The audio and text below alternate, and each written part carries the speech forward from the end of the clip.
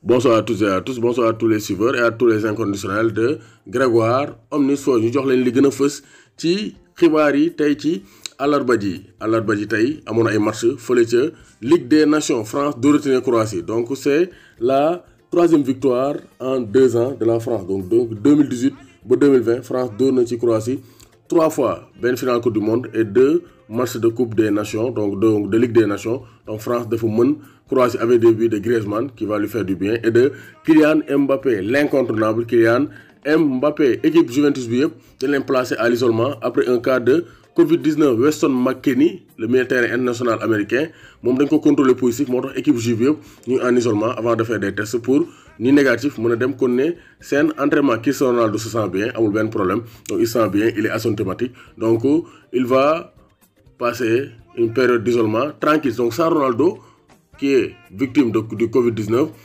Le Portugal bat la Suède. Donc Portugal dóor na Suède 3-0 Ligue des Nations. Donc Ligue A dans le groupe de la France. Bernardo Silva moo ñu ko dugal. Diogo Jota. Donc Diogo Jota moom avec l'absence de Cristiano Ronaldo jot naa def différence jot na bal bi def ko ci camp yi. Donc 2 buts et une passe décisive pour Diogo Jota. Il a été l'homme fort du Portugal. Donc Diogo Jota c'est le concurrent de Sadio Mané. À Liverpool donc Italie ak Hollande 1-0 1 but partout. Donc Lorenzo Pellegrini répondu par Donny van de Beek. Donc un but partout entre l'Italie de Roberto Mancini et les Pays-Bas de Frank de Boer. Donc Frank de Boer ba léegi moom il peine à s'imposer donc avec les Pays-Bas. Incroyable statistique de Messi avec l'Argentine. Donc ça c'est pour montrer la Messi dépendance. Ce mardi démb un autre joueur que Messi a marqué en phase de qualification de la Coupe du Monde.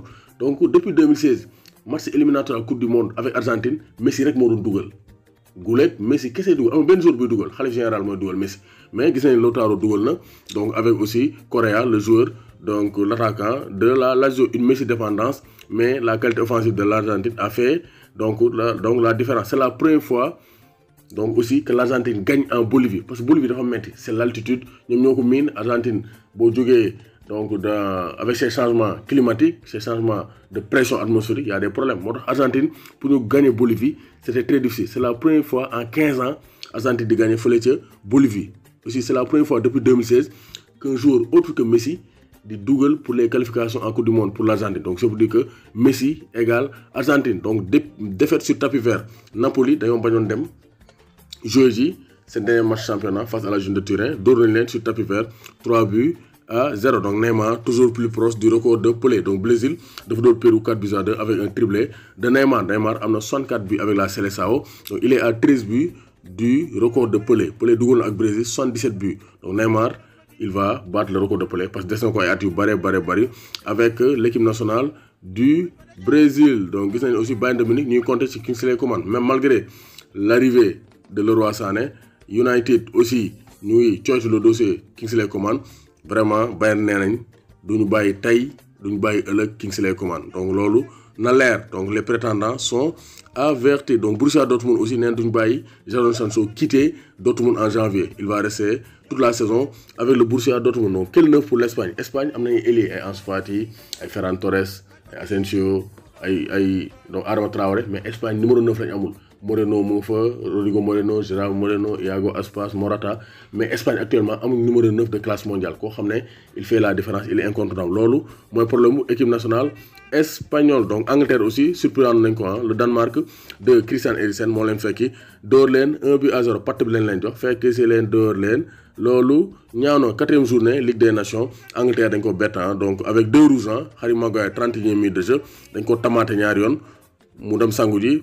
Reece James 90e minute de jeu ñu tamaate ko mu dem ñibbi donc 1-0 pour les Danois de Christian Eriksen qui a marqué le seul but de la rencontre sur penalty. Belgique aussi moo dóor Islande moo ko fekki Reykjavik dóor ko 2-0 avec un doublé de Romelu Lukaku. Lukaku actuellement il a marqué 43 buts lors de ses 44 derniers matchs avec la sélection belge. Donc Lukaku il est sous-coté mais il fait partie des meilleurs attaquants de la planète. Vraiment le bison belge est intenable. Donc douleur à la cuisse pour Marquinhos. Donc Marquinhos après le match du Brésil dafa am ay douleur à la cuisse donc il y a de fortes chances Paris ménager ko pour la reprise du championnat. Donc Alain Saint-Maximin joueur Papalay donc le grand consultant Saint-Maximin le grand dribbleur prolongeant son contrat avec Newcastle. Donc ça c'est pour dire qu'il va encore rester longtemps avec les Magpies de Newcastle.